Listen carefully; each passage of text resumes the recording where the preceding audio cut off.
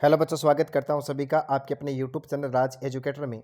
Biology 2024-25 के लिए daily smart biology study MCQ series को ज्वाइन करके आप अपना प्रिपरेशन बहुत अच्छा कर सकते हैं। तो देर किस बात की, जुड़िए ऑनलाइन प्लेटफॉर्म के साथ में और अपनी तैयारी को और अधिक बेहतरीन कर लीजिएगा बच्चा। स्कूलिंग बच्चों के साथ साथ में प्रतियोगिता परीक्षा में भाग लेने वाले सभी विद्यार्थियों के लिए बहुत ही शानदार कंटेंट राज एजुकेटर ऑनलाइन प्लेटफॉर्म के माध्यम से प्रोवाइड करवाया जा रहा है। तो अपनी क्लास को अधिक से अधिक शेयर करना ना भूलें और जुड़ते हैं आज के पहले क्वेश्चन के साथ में। और पहला क्वेश्चन आपको मोबाइल स्क्रीन के ऊपर धमाकेदार दिखाई दे रहा है। 11th एनसीईआरटी क्वेश्चन है, सर्वाधिक बड़ी पेशी कौन सी है। वेरी इंपॉर्टेंट क्वेश्चन एक बार फिर से मोबाइल स्क्रीन के ऊपर रहा। अपने कार्य को हम आगे बढ़ा रहे हैं। सर्वाधिक बड़ी पेशी कौन सी है। देखो, सबसे बड़ी अस्थि की बात करें तो जांग की होती है फीमर। जांग की होती है फीमर। सबसे लंबी पेशी की बात, सबसे लंबी अस्थि की बात करें, जांग की होती है फीमर। अब बात करें हम सर्वाधिक बड़ी पेशी की कि सबसे बड़ी पेशी कौन सी है। बिल्कुल, तो देखो क्या कह रहा है, ग्लूटियस मैक्सिमस है, सार्टोरियस है, स्टेपिडियस है, बाइसेप्स है। चार ऑप्शन आपको मोबाइल स्क्रीन के ऊपर दिख रहे हैं। बहुत ही शानदार क्वेश्चन, पहला ही क्वेश्चन धमाकेदार मसालेदार आपको मोबाइल स्क्रीन के ऊपर दिखाई दे रहा है। सर्वाधिक बड़ी पेशी कौन सी होती है, बहुत अच्छा क्वेश्चन है सर। सारे बच्चों का आंसर आना चाहिए कि सर्वाधिक बड़ी पेशी कौन सी होती है। वेरी इंपॉर्टेंट है, पहली बार सुन रहे हैं तो नोट्स की जो नोटबुक है उसके अंदर आपको लिखना है क्वेश्चन को, सबसे बड़ी पेशी कौन सी है। बिल्कुल सोचने समझने और आंसर देने का अपना निर्धारित समय 5 से 10 सेकंड का रहेगा। इसमें आपको सोचना भी है, समझना भी है और आंसर देने का यथासंभव प्रयास भी करना है। तो बिल्कुल जुड़ते हैं आज के इस पहले क्वेश्चन के आंसर के साथ में। और पहला क्वेश्चन आपको धमाकेदार मोबाइल स्क्रीन के ऊपर दिखाई दिया कि सबसे बड़ी पेशी कौन सी है। तो बच्चों याद रखना, ग्लूटियस मैक्सिमस होती है जो कुल्ले में पाई जाती है। जो कहाँ पर पाई जाती है, कुल्ले में पाई जाती है। कुल्ले की जो पेशी होती है वो सबसे बड़ी पेशी मानी जाती है। बिल्कुल याद रख लोगे। तो पहले क्वेश्चन का ऑप्शन नंबर 1 अपना करेक्ट हो जाएगा। इसी कड़ी में हम बात करते हैं 2 नंबर क्वेश्चन की, सबसे लंबी चिकनी पेशी होती है। वेरी इंपॉर्टेंट क्वेश्चन, फिर से एक बार 11th NCERT question mobile screen के ऊपर आपको दिखाई दे रहा है। सबसे लंबी चिकनी पेशी कौन सी है। ऑप्शन में आपको कह रहा है कि आंतर में पाई जाने वाली पेशी। ऑप्शन 2 में कह रहा है गर्भाशय में पाई जाने वाली पेशी। ऑप्शन नंबर 3 में कह रहा है कि आमाशय में पाई जाने वाली पेशी। और 4 नंबर में कह रहा है कि मूत्राशय में पाई जाने वाली पेशी। 4 ऑप्शन आपको मोबाइल स्क्रीन के ऊपर देख रहे हैं। सटीक ऑप्शन कौन सा बैठने वाला, वहां तक पहुंचने का यथासंभव प्रयास करना है बच्चा। बिल्कुल, सबसे लंबी चिकनी पेशी कौन सी है। वेरी वेरी इंपॉर्टेंट है चिकनी पेशी। हिंट के रूप में मैं आपको बता देता हूं, चिकनी पेशी को अरेखित पेशी के नाम से जानते हैं। अब आप आंसर के पास में यथासंभव प्रयास करो पहुंचने का कि वास्तव में इसका करेक्ट आंसर क्या हो सकता है। यदि चिकनी पेशी को अनैच्छिक पेशी, अरेखित पेशी कहा जाता है तो बिल्कुल 4 ऑप्शन आपको मोबाइल स्क्रीन के ऊपर दिखाई दे रहे हैं। कौन से ऑप्शन में यहाँ पर चिकनी पेशी पाई जाती है। तो यहाँ पर 2 नंबर ऑप्शन अपना करेक्ट हो जाएगा। गर्भाशय के अंदर पेशी कौन सी पाई जाती है, सबसे लंबी चिकनी पेशी गर्भाशय के अंदर पाई जाती है। बिल्कुल 2 नंबर क्वेश्चन का 2 नंबर ऑप्शन अपना राइट रहा। इसी कड़ी में हम बात करते हैं 3 नंबर क्वेश्चन की, सर्वाधिक मजबूत पेशियां हैं। वेरी इंपॉर्टेंट क्वेश्चन है, बहुत ही शानदार क्वेश्चन, एक बार फिर से मोबाइल स्क्रीन के ऊपर दिखाई दे रहा है। 11th NCERT question. बच्चों क्या कहना चाहता है, सर्वाधिक मजबूत पेशियां कौन सी हैं। जांग की पेशियां होती हैं, पैर की पेशियां होती हैं, बाहू की पेशियां होती हैं, यानी भुजा की पेशियां होती हैं। 4 नंबर ऑप्शन में कह रहा है कि जबड़े की पेशियां होती हैं। दीजिए correct answer. Very important question है, बहुत ही सिंपल सा साधारण सा क्वेश्चन, लेकिन इंपॉर्टेंट क्वेश्चन है बच्चा। सभी बच्चों का आंसर इस क्वेश्चन का आना चाहिए। सर्वाधिक मजबूत पेशियां किस में पाई जाती हैं या किसकी होती हैं। बिल्कुल बिल्कुल बिल्कुल, वेट कर रहा हूं आपके आंसर का। सर्वाधिक मजबूत पेशियां हैं, याद रखना बच्चों 4 नंबर ऑप्शन अपना करेक्ट हो जाएगा। जबड़े की पेशियां सर्वाधिक मजबूत पेशियां कहलाती हैं। दूसरी बात और सुन लो, ये जो जबड़े की अस्थियां होती हैं वो भी सबसे मजबूत पेशी मानी जाती है। शरीर की सबसे मजबूत अस्थि की बात करें, बोन की बात करें, तो भी आपको ध्यान रखना है कि जबड़े की अस्थि सबसे मजबूत होती है। इसके अलावा जबड़े की पेशियां भी मजबूत होती हैं। अब आपके दिमाग में आ रहा होगा कि शरीर का सबसे कठोर भाग तो दांतों का कवच, जिसको दंत वलक के नाम से जानते हैं, जिसको इनेमल के नाम से जानते हैं। बिल्कुल सबसे मजबूत कठोर भाग जो होता है वो तो कौन सा होता है, दांतों का कवच इनेमल होता है। लेकिन सबसे मजबूत अस्थि की यदि बात की जाए तो बच्चों याद रखना, जबड़े की अस्थि और पेशी दोनों ही सबसे ज्यादा मजबूत पाई जाती हैं। तो 3 नंबर क्वेश्चन का 4 नंबर ऑप्शन अपना सटीक आंसर रहा। इसी कड़ी में हम बात कर लेते हैं 4 नंबर क्वेश्चन की। और 4 नंबर क्वेश्चन फिर से 11th एनसीईआरटी आपको मोबाइल स्क्रीन के ऊपर दर्शन दे रहा है। क्या कहना चाहता है, आइरिस तथा सिलियरी काय की पेशियां उत्पन्न होती हैं। एक्टोडर्म से उत्पन्न होती है, मेसोडर्म से उत्पन्न होती है, एंडोडर्म से, या फिर ऑल ऑफ दीज। ये तीनों के तीनों ऑप्शन सटीक है। आइरिस तथा सिलियरी काय की पेशियां उत्पन्न होती हैं। बताइएगा किससे उत्पन्न होती हैं? एक्टोडर्म से उत्पन्न होती है, मेसोडर्म से उत्पन्न होती है, एंडोडर्म से उत्पन्न होती है, या फिर उक्त सभी, यानी तीनों के तीनों ही ऑप्शन सही हैं। दीजिए करेक्ट आंसर। बिल्कुल बिल्कुल। तो याद रखना बच्चों, इसके अंदर एक नंबर ऑप्शन अपना हो जाएगा करेक्ट। एक्टोडर्म के द्वारा आइरिस तथा सिलियरी काय की पेशियां उत्पन्न होती है। तो पहले 4 क्वेश्चन आपको मोबाइल स्क्रीन के ऊपर दिखाई दिए, 11th एनसीईआरटी क्वेश्चन। फिर से 5 number question 11th NCERT question, सभी विद्यार्थियों का आंसर आना चाहिए। हृदय पेशी तंतु होते हैं, क्या कहना चाहता है अगला? अनैच्छिक होते हैं, रेखित होते हैं, न थकने वाले होते हैं, उक्त सभी। इस क्वेश्चन का देखता हूं आंसर कितने बच्चे दे पाते हैं। हृदय पेशी तंतु होते हैं। पहले तो आपको याद रखना कि हृदय की पेशी जो होती है ना बच्चा, उसको कार्डियक पेशी के नाम से जानते हैं। किसके नाम से जानते हैं? कार्डियक पेशी के नाम से जानते हैं। हृदय जो होता है वो खुद की पेशी के द्वारा संचालित होता है, इसलिए मानव का हृदय मायोजेनिक पेशी या पेशी जनित हृदय माना जाता है। अब आपको बताना है कि हृदय पेशी तंतु कैसे होते हैं। अनैच्छिक होते हैं, रेखित होते हैं, न थकने वाले होते हैं, उक्त सभी होते हैं। दीजिए करेक्ट आंसर। 5 नंबर क्वेश्चन का सटीक आंसर क्या बैठने वाला है? बिल्कुल बिल्कुल बिल्कुल। तो बच्चों याद रखना, ये देखो बात करते हैं, इसमें 4 नंबर ऑप्शन अपना करेक्ट हो जाएगा। यदि मैं कार्य की दृष्टि से बात करूं तो हम जानते हैं कि हृदय की पेशी अनैच्छिक पेशी होती है, जिनके ऊपर अपनी इच्छा का कोई नियंत्रण नहीं होता। यदि मैं संरचना के आधार पर बात करूं तो हृदय की पेशी अनैच्छिक होने के साथ साथ में रेखित होती हैं। कार्य की दृष्टि से और अधिक मैं बात करना चाहूं तो मनुष्य के हृदय की पेशी एकमात्र ऐसी पेशी होती है जो बिना थके लगातार समय तक काम करती रहती है। तो तीनों ऑप्शन अपने करेक्ट हैं। हृदय की पेशी तंतु जो होते हैं वो अनैच्छिक होते हैं, रेखित होते हैं, न थकने वाले होते हैं। तो ऑप्शन नंबर अपना 4 सटीक हो जाएगा। इसी कड़ी में बच्चों बात करते हैं 6 नंबर क्वेश्चन की। 12th NCERT question mobile screen के ऊपर आपको दिखाई दे रहा है। निम्न में से कौन सा रक्त समूह है, ध्यान देना, कौन सा रक्त समूह है ए रक्त समूह वालों को स्थानांतरित किया जा सकता है? सभी विद्यार्थियों का आंसर आना चाहिए। क्लास 8 से हम पढ़ते आ रहे हैं ब्लड ग्रुप, रुधिर समूह, रक्त समूह के बारे में बात करते हैं। 4 प्रकार का रुधिर समूह हम पढ़ते हैं, ए बी और ओ। अगला कहना चाहता है कि जिस व्यक्ति का रुधिर समूह ए है उसको हम कौन कौन से व्यक्तियों के द्वारा रुधिर दे सकते हैं? ऑप्शन नंबर 1 में क्या कह रहा है? ए तथा ओ का दे सकते हैं। बी में कह रहा है, 2 में कह रहा है कि ए बी तथा ओ का दे सकते हैं, और तीसरे ऑप्शन में कह रहा है ए बी वाले का दिया जा सकता है, और ऑप्शन नंबर 4 में कह रहा है कि ऑल ऑफ दीज, उपरोक्त सभी का रक्त दिया जा सकता है। बच्चों दिमाग लगाना है, थोड़ा सा सोच समझ करके आंसर देना है कि जिस व्यक्ति का रुधिर समूह ए है उसको कौन सा रुधिर दिया जा सकता है। बिल्कुल बिल्कुल, दीजिए करेक्ट आंसर। सभी विद्यार्थियों को राइट आंसर आना चाहिए। करेक्ट आंसर देने के लिए यथासंभव प्रयास करना है। एकदम सिंपल सा क्वेश्चन है, थोड़ा सा सोचना है और आंसर देना है। देखो बच्चों, ए वाले को ए वाला रुधिर दिया जाएगा डेफिनेटली, तो यहाँ पर पहले ऑप्शन में दिया हुआ है। इसके अलावा देखो ओ जो है उसको सर्वदाता के नाम से जानते हैं, यानी वो सभी को रुधिर देने वाला होता है। तो 1 नंबर ऑप्शन अपना सटीक हो जाएगा। जिन भी विद्यार्थियों का ए ऑप्शन आया, बहुत अच्छी बात है, अच्छी तरीके से आप साझा कर रहे हैं आंसर को, अच्छी तरीके से आप प्रयास कर रहे हैं। तो 6 नंबर क्वेश्चन का 1 नंबर ऑप्शन अपना सटीक हो जाएगा। अब इसी कड़ी में हम बात कर लेते हैं एबीओ रक्त समूह का प्रतिपादक है। देखो 2 प्रकार का सिस्टम जानते हैं, एक सिस्टम होता है एबीओ और एक होता है आरएच सिस्टम। अब अगला क्या कहना चाहता है, देखो हम बात करते हैं थोड़ा सा इसके बारे में। एक एबीओ सिस्टम होता है बच्चा, एक आरएच सिस्टम होता है। अगला कहना चाहता है कि एबीओ रुधिर समूह का प्रतिपादक कौन था? वीनर था, लेविन था, फिशर था, लैंड स्टीनर नामक वैज्ञानिक था। इनमें से कौन सा ऑप्शन सटीक बैठने वाला है? ऐसा आपको बताना है वैज्ञानिक जो एबीओ रक्त समूह की खोज करने वाला है। बिल्कुल 4 ऑप्शन आपको मोबाइल स्क्रीन के ऊपर दिखाई दे रहे हैं। बहुत अच्छा क्वेश्चन मोबाइल स्क्रीन के ऊपर दिखाई दे रहा है। आज फिर से अपनी क्लास के अंदर एक से बढ़कर के एक क्वेश्चन आपको दिखाई दे रहे हैं। क्वेश्चनों का सार संग्रह इस प्रकार का है कि कुछ इजी क्वेश्चन भी दिए गए हैं ताकि आपका कॉन्फिडेंस बढ़े और आप अधिक से अधिक राइट क्वेश्चन का आंसर निकालने का प्रयास करें। देखो बच्चों याद रखना, कार्ल लैंड स्टीनर नामक वैज्ञानिक ने एबीओ तंत्र की खोज की थी। तो यहाँ पर इस क्वेश्चन का ऑप्शन नंबर 4 सटीक बैठ जाएगा।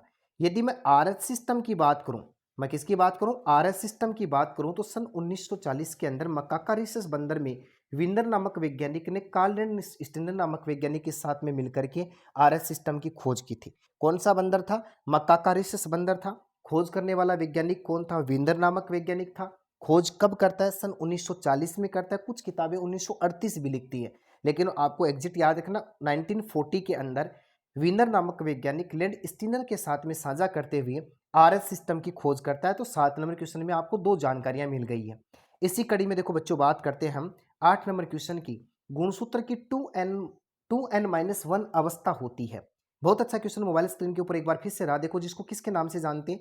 मोनोसमी के नाम से, सोमी के नाम से जानते हैं, नलीसोमी के नाम से जानते हैं, ट्राइसोमी के नाम से जानते हैं, टेट्रासोमी के नाम से जानते हैं। 2n-1 दिमाग लगा करके थोड़ा सा सोच समझ करके आंसर देना। बहुत अच्छा क्वेश्चन है, 12th एनसीईआरटी क्वेश्चन है ये। एक डिजीज होती है, उसके अंदर ये इस प्रकार का दिखाई देता है आपको, 2n-1। बिल्कुल, बहुत अच्छा क्वेश्चन है। तो बच्चों याद रखना, सीधा ऑप्शन तक जाता हूं मैं। इसके अंदर 1 नंबर ऑप्शन अपना राइट हो जाएगा, यानी गुणसूत्र की 2n-1 स्टेज जो होती है वो मोनोसोमी कहलाती है। तो 1 नंबर ऑप्शन अपना करेक्ट रहा। 9 नंबर क्वेश्चन, धमाकेदार क्वेश्चन मोबाइल स्क्रीन के ऊपर आपको दिखाई दे रहा है। वह एमिनो अम्ल जो सिकल सेल एनीमिया में प्रतिस्थापित हो जाता है। वेरी इंपॉर्टेंट क्वेश्चन है, 12th एनसीईआरटी क्वेश्चन है कि सिकल सेल एनीमिया किसके कारण से होता है। बहुत अच्छा क्वेश्चन, ऐसे समझो इसको कि सिकल सेल एनीमिया किसके कारण से होता है। वेलिन के लिए ग्लूटेमिक एसिड ए श्रृंखला में बदल जाए, वेलिन के लिए ग्लूटेमिक एसिड बीटा श्रृंखला में बदल जाए, ये अल्फा श्रृंखला मानना बच्चा, ठीक है। और ग्लूटेमिक अम्ल के लिए वेलिन अल्फा श्रृंखला में बदल जाए, या फिर 4 नंबर ऑप्शन में कह रहा है कि ग्लूटेमिक अम्ल के लिए वेलिन बीटा श्रृंखला में बदल जाए।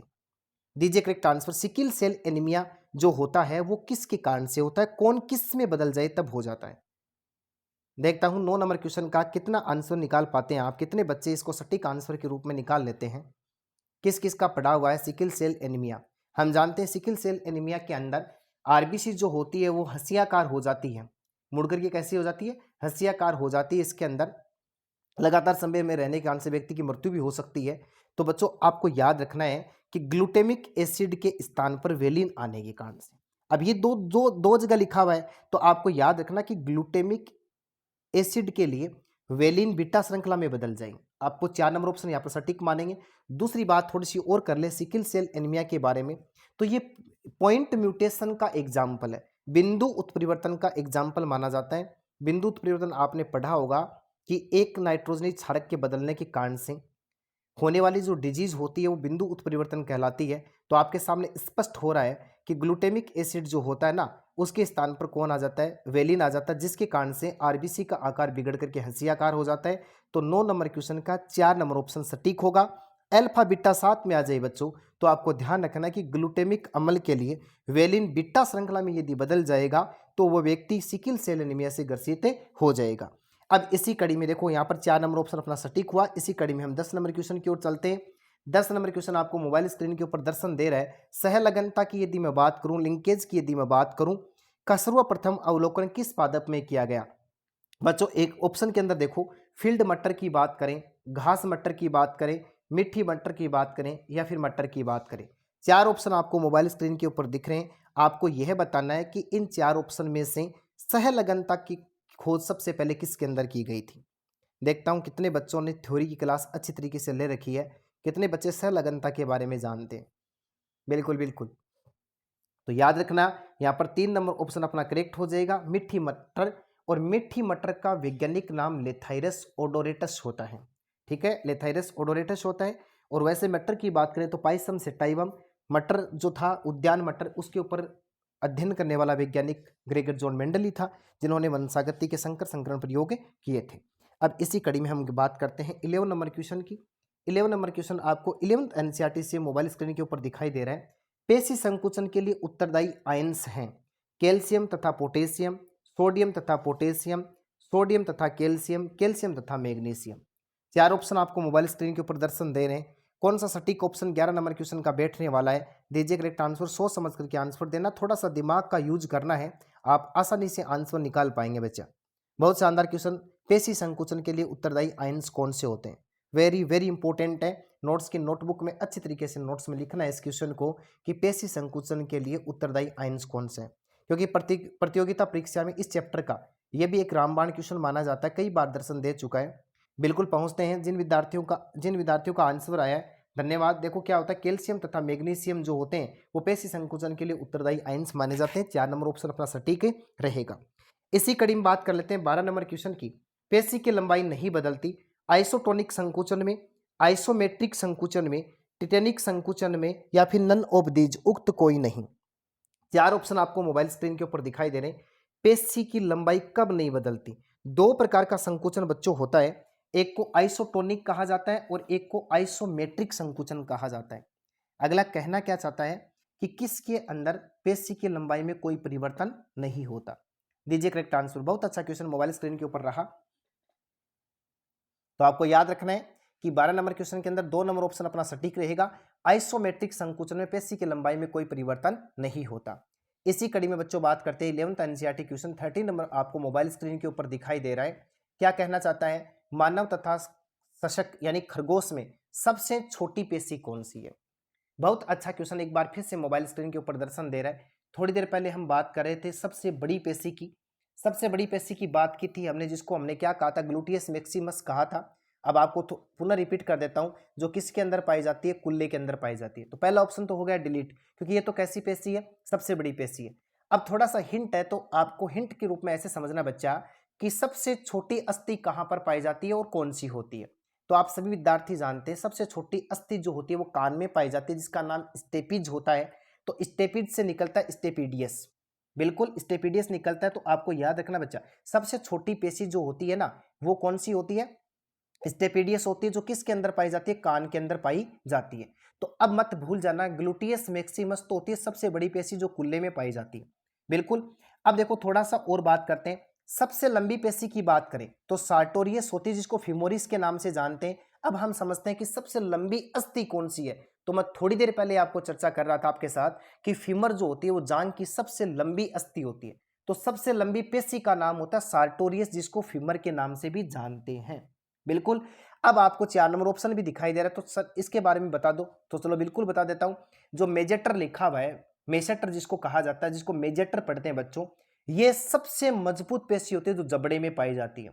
मैं लिख नहीं पा रहा हूं, आपको सुन करके नोट्स में लिखना है। एक बार पुनः रिपीट कर रहा हूं, बहुत ही शानदार क्वेश्चन मोबाइल स्क्रीन के ऊपर 13 नंबर रहा। ग्लूटियस मैक्सिमस कुल्ले की सबसे बड़ी पेशी, स्टेपिडियस जो है वो कान की सबसे छोटी पेशी, सार्टोरियस जिसको फिमोरिस के नाम से जानते हैं शरीर की सबसे लंबी पेशी, मेजेटर जो होती है वो जबड़े की होती है, सबसे मजबूत पेशी पाई जाती है। बिल्कुल। इसी प्रकार से देखो आगे बढ़ते हैं 14 नंबर क्वेश्चन की 12th एनसीईआरटी क्वेश्चन आपको मोबाइल स्क्रीन के ऊपर दिखाई दे रहा है। पहला अनुवांशिक पदार्थ है, फर्स्ट जेनेटिक मटेरियल कौन सा था? डीएनए था, आरएनए था, प्रोटीन था, या फिर सीएससी था? 4 ऑप्शन आपको मोबाइल स्क्रीन के ऊपर दिख रहे हैं। आपको यह बताना कि सबसे पहला अनुवांशिक पदार्थ कौन सा था। क्लास थोड़ी लंबी हो रही है, लेकिन एक्सप्लेनेशन हर ऑप्शन का किया जा रहा है बच्चा। देखता हूं कितने बच्चे आंसर निकाल पाते हैं। सबसे पहला अनुवांशिक पदार्थ कौन सा था?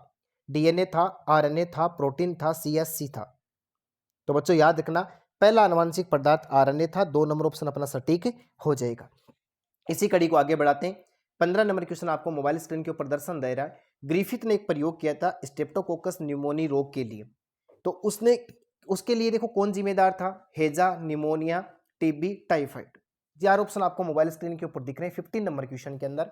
यहाँ पर क्या सटीक बैठने वाला है? ग्रिफिथ नामक वैज्ञानिक ने 1928 के अंदर स्ट्रेप्टोकोकस न्यूमोनी डिजीज के लिए जिसको जिम्मेदार ठहराया था वो कौन था? तो वेरी सिंपल सा है, नाम से स्पष्ट हो रहा है स्ट्रेप्टोकोकस न्यूमोनी, तो न्यूमोनिया रोग के कारण से। तो 15 का 2 नंबर ऑप्शन अपना सटीक रहेगा। इसी कड़ी में देखो 16 नंबर की बात करते हैं। न्यूक्लिन नाम किसने दिया था?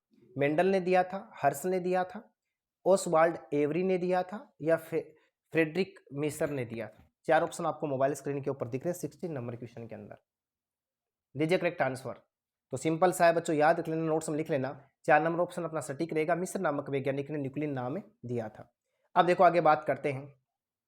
डीएनए में क्षारक युग्म जो होते हैं, देखो डीएनए की बात करते हैं, double helix model of DNA की बात करें, वॉटसन एवं क्रिक ने दिया था। 1953 के अंदर नोबेल पुरस्कार से सम्मानित भी किया गया था।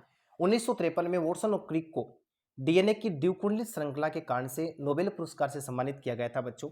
हम जानते हैं डबल हेलिक्स मॉडल की यदि बात करें तो नाइट्रोजनिक क्षारक किसके अंदर पाए जाते हैं? जैसे हम बात करते हैं एडिनिन, और एडिनिन के साथ में पाया जाता है थाइमिन, और साइटोसिन के साथ में पाया जाता है ग्विनिन। यहाँ पर डबल हाइड्रोजन बंध पाया जाएगा और यहाँ पर ट्रिपल पाया जाएगा। अब बच्चों ये क्या कहना चाहता है? ये दो नाइट्रोजनिक क्षारक हैं, इनके बीच की डिस्टेंस की बात कर रहे हैं। 3.4 एंगस्ट्रम होती है, 20 एंगस्ट्रम होती है, 10 एंगस्ट्रम होती है, 34 एंगस्ट्रम होती है। दीजिए करेक्ट आंसर। सभी विद्यार्थियों का आना चाहिए, बड़ा सिंपल सा है।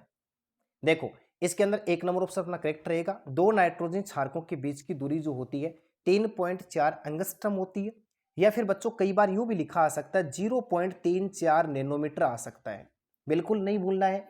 एक पिच की बात करें, एक कुंडलन की बात करें तो एक कुंडलन में बच्चों 10 नाइट्रोजनी क्षारक होते हैं। एक कुंडलन एक पिच की मैं बात करूं तो 34 अंगस्ट्रम हो जाएगा। कितना हो जाएगा? 34 अंगस्ट्रम हो जाएगा। आप कंफ्यूज मत हो जाना। नाइट्रोजनी क्षारकों के बीच की दूरी होती है 3.4 अंगस्ट्रम। या क्या लिखा आ सकता है? 0.34 नैनोमीटर। इस स्क्रीन के ऊपर स्पष्ट रूप से मैंने यहां पर लिख दिया है। बिल्कुल। व्यास की बात करें तो 20 अंगस्ट्रम होता है। व्यास की बात करें तो कितना होता है? 20 अंगस्ट्रम। व्यास कैसे? इस प्रकार से। ये वाला जो भाग है ये 20 अंगस्ट्रम होता है। बिल्कुल। अब बढ़ते हैं, हम बात करते हैं 18 नंबर क्वेश्चन की। पेशियों में थकान का कारण क्या है? 9th 10th 11th 12th सभी क्लास के अंदर ये आ जाता है। पेशियां थकावट महसूस करती है किसके कारण से? जब कार्बन डाइऑक्साइड का जमाव हो जाए, या फिर लैक्टिक एसिड बन जाए, क्रिएटिनिन फॉस्फेट बन जाए, मायोसिन एटीपीएज का जमाव हो जाए। चार ऑप्शन आपको मोबाइल स्क्रीन के ऊपर दिखाई दे रहे हैं। पेशियों में थकान का कारण किसको मानते हैं? दीजिए करेक्ट आंसर। बहुत अच्छा क्वेश्चन है, सिंपल सा साधारण सा क्वेश्चन है, सभी विद्यार्थियों का आंसर आना चाहिए। तो बच्चों ध्यान रखना, जब लैक्टिक एसिड बन जाए, लैक्टिक एसिड बन जाए तो पेशियों में थकावट आती है। तो 2 नंबर ऑप्शन अपना करेक्ट रहेगा। इसी कड़ी में देखो बात करते हैं, कंकाली पेशी तंतु में एक मायोसिन तंतु कितने एक्टिन तंतुओं से घिरा होता है? देखो, एक मायोसिन तंतु की बात कर रहा है, कितने एक्टिन तंतुओं से घिरा रहता है? इस प्रकार से एक मायोसिन तंतु होता है, कितने से घिरा रहता है? तो इसकी मैं यदि संरचना बनाने की बात करूं तो इस प्रकार से देखो, मायोसिन तंतु अब आपके सामने डायग्राम मैंने बनाया। तो डायग्राम की यदि बात करें तो इस प्रकार से आपको बच्चों याद रखना है कि एक मायोसिन तंतु कितने एक्टिन तंतुओं से घिरा रहता है? 6 से। साथ साथ में बात और सुन लो, देखो एक मायोसिन तंतु 6 एक्टिन तंतुओं से घिरा रहता है। एक एक्टिन तंतु जो होता है वो 3 मायोसिन तंतु से घिरा रहता है। दोनों बता रहा हूं बच्चों, अच्छी तरीके से स्क्रीनशॉट ले लेना, नोटबुक में डालना। एक मायोसिन तंतु 6 एक्टिन तंतु से, एक एक्टिन तंतु मोबाइल स्क्रीन के ऊपर आपको दिखाई दे रहा है 3 मायोसिन तंतु से घिरा होता है। इस प्रकार की संरचना इसके अंदर पाई जाती है। और एक्टिन और मायोसिन तंतु जो होते हैं पेशी के अंदर पाई जाने वाली महत्वपूर्ण प्रोटीन होती है। एक्टिन तंतु मायोसिन तंतु के ऊपर पेशी संकुचन के समय विसर्पण करते हैं, खिसकते हैं, जिसके कारण से पेशी में संकुचन और शिथिलता देखने को मिलती है। अब इसी जानकारी के साथ में बात कर लेते हैं 20 नंबर क्वेश्चन की। जेड डिस्क का निर्माण कहाँ होता है या कैसे होता है? एक्टिन प्रोटीन के द्वारा, मायोसिन प्रोटीन के द्वारा, एक्टिनिन प्रोटीन के द्वारा, मायोमेसिन प्रोटीन के द्वारा। चार ऑप्शन आपको मोबाइल स्क्रीन के ऊपर दिखाई दे रहे हैं। दीजिए करेक्ट आंसर। जेड डिस्क जो होती है उसका निर्माण कहाँ होता है या कैसे होता है? बहुत अच्छा क्वेश्चन, 20 नंबर क्वेश्चन। एक से बढ़कर के एक क्वेश्चन आपको मोबाइल स्क्रीन के ऊपर दिखाई दे रहे हैं। तो बच्चों याद रखना, जेड डिस्क का निर्माण एक्टिन प्रोटीन के द्वारा होता है। इस प्रकार से आज की इस बेहतरीन ऑनलाइन क्लास में टॉप 20 क्वेश्चन आपको देखने को मिले। कमेंट में ये जरूर बताना कि आप कितना ठीक कर पाए। अब धीरे धीरे आप बहुत लंबा समय मेरे साथ व्यतीत कर रहे हैं, तो अब एक ऐसा प्लेटफॉर्म होना चाहिए कि अब 20 क्वेश्चन यदि आपके सामने रखे जा रहे हैं तो सभी विद्यार्थियों के 14 15 16 इनसे ऊपर यदि आप राइट कर पा रहे हैं तो बहुत बहुत अच्छी बात है। लेकिन 14 15 तो सभी विद्यार्थियों के सही होने चाहिए, क्योंकि एक लंबा समय है आप मेरे साथ व्यतीत कर चुके हैं। हम एक प्रैक्टिस की जो एक स्पीड होती है, एक ढाल होता है, उसको हम प्राप्त कर चुके हैं, एक लय को हम प्राप्त कर चुके हैं। इसी प्रकार की बेहतरीन ऑनलाइन क्लास के साथ में मेरे साथ यदि आप बने रहेंगे तो आपकी तैयारी उतनी ही बेहतरीन होती जाएगी। मिलते हैं फिर अगली बेहतरीन ऑनलाइन क्लास में, तब तक के लिए धन्यवाद। इसी प्रकार से आप हमारे साथ जुड़ेंगे तो ये कारवा धीरे धीरे बढ़ता जाएगा, आपकी प्रिपरेशन बहुत अच्छा हो जाएगी। धन्यवाद।